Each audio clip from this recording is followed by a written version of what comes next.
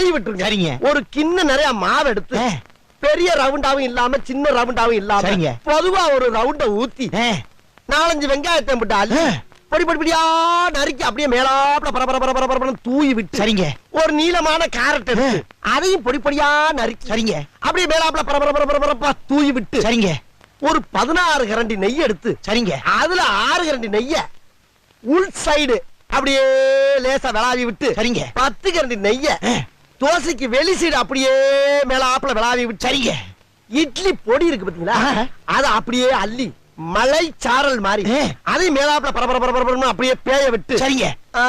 பொத்துனாப்ல அப்படி ஒரு பரட்டு இப்படி ஒரு பரட்டு அப்படி பரட்டி விட்டு அப்படியே ரெட்டி கலர்ல முருக விட்டு அழகா மடிச்சு கமன்னு ஒரு ஊத்தப்பத்தை எடுத்துட்டு வாங்க. சரிங்க.